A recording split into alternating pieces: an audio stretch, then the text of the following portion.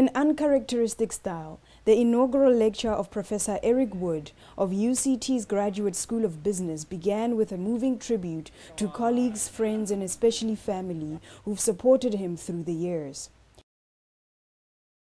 I want to say a special thank you to my wonderful colleague Linda Ronnie, who kindly agreed to give the note of thanks.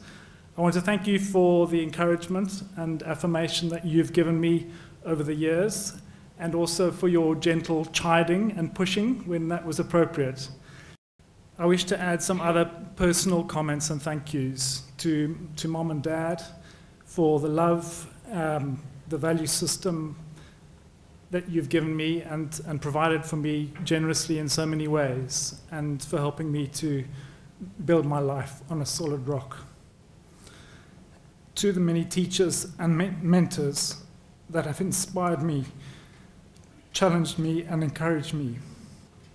Lastly, to Juliet, thank you for your love and your patience and your wisdom, and thank you for agreeing to come and live in my country. His lecture, titled The Art of Value Creation, delivered on September 7th, captured Wood's passion for the practical use of value creation by drawing attention to the achievements of some organizations that have successfully used this concept in management practices. Professor Wood teaches in the fields of innovation and entrepreneurship at the GSB and in the Netherlands. He said value creation has a number of inadequate definitions currently in use in the business fraternity and proposed a new definition. Although the term value creation has some inherent and perhaps generic appeal and may appear to be beguilingly simple at first glance, it has proved to be particularly difficult for academics to pin down. While these definitions may be of some use for localized purposes, I suggest that they fall short of a definition for our current purpose, namely the net contribution of organizations to the sustainable creation of value for society as a whole. The fundamental problem here is the possibility that a stakeholder may be gaining at the expense of another stakeholder, which I suggest is not value creation but value transfer. So while the economists and accountants and marketing folks appear to have fallen somewhat short in terms of an inclusive definition, it's the so-called softer fields of stakeholder theory, business ethics, and sustainability, which I believe have produced the most helpful and inclusive insights into value creation. The person whom I believe has made the greatest contribution in these fields is Max Claassen, who argued that the economic and social purpose of the corporation is to create and distribute increased wealth and value to all its primary stakeholder groups, without favoring one group at the expense of another. He highlighted local companies that are examples of using value creation that have not only satisfied shareholders, but also committed to make meaning, invest in the truth, as well as make a profit. One of the case studies was the company called BioOil. So, investing in the truth. Union Swiss, a skincare company based in Cape Town, is nearly 60 years old. It was acquired by Justin and David Letchert in 2000. Justin and David are alumni of UCT, both accountants, extraordinary as entrepreneurs. When they purchased the company, it had 120 products. Today, it has one product, a circumstance which I have never encountered in any other business that I have studied. The owners believe that many companies in the skincare business make claims about their products which are not strictly true. Union Swiss have chosen to to distinguish themselves from the rest, in part by being extremely careful about the claims that they make about their product. When they took over the business, they stopped all research into new skincare treatments and instead began research into how bio-oil works in the skin and the conditions for which it is useful and those for which it is not. All of this research is conducted by respected skin experts around the world. Union Swiss only makes claims about bio-oil for which it has conclusive evidence. The company believes that one of the benefits of this approach is that bio-oil customers are not disappointed.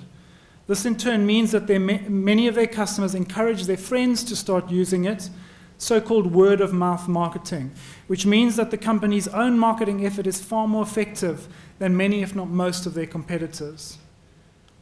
They now have the top-selling scar treatment product in over 20 countries, and in the last 10 years they grew revenue from 3 million rand a year to well in excess of 500 million rand a year.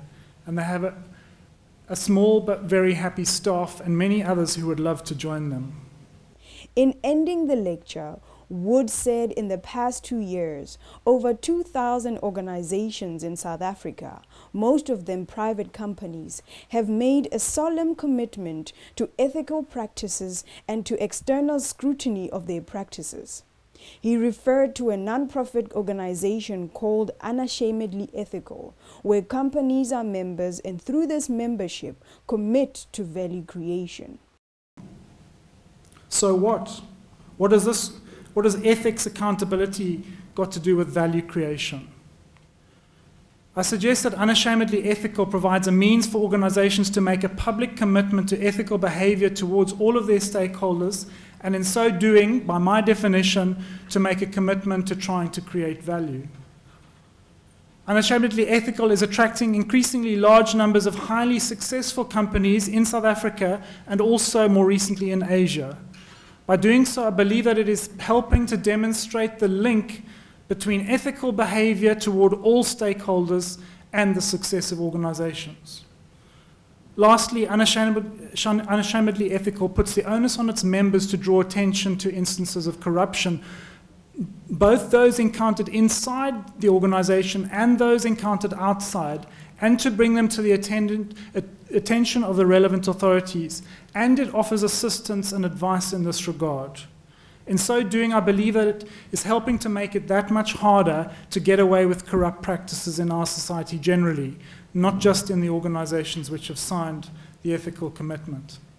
Of course, it's too early to speculate how much influence this campaign is going to have, but I believe that it has the potential to encourage ethical behavior and by implication also to encourage value creation. Some concluding thoughts.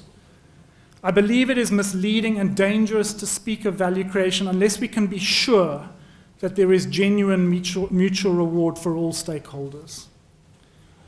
I believe the notions of mutual reward and value creation are critical to the current and future well-being of our society, as well as the well-being of our organizations, private companies included within it. I believe that any attempt to separate the manager's responsibility to generate profit for shareholders from their responsibility to generate reward for all other stakeholders is unhelpful and potentially dangerous. And I believe that there are many such attempts currently underway.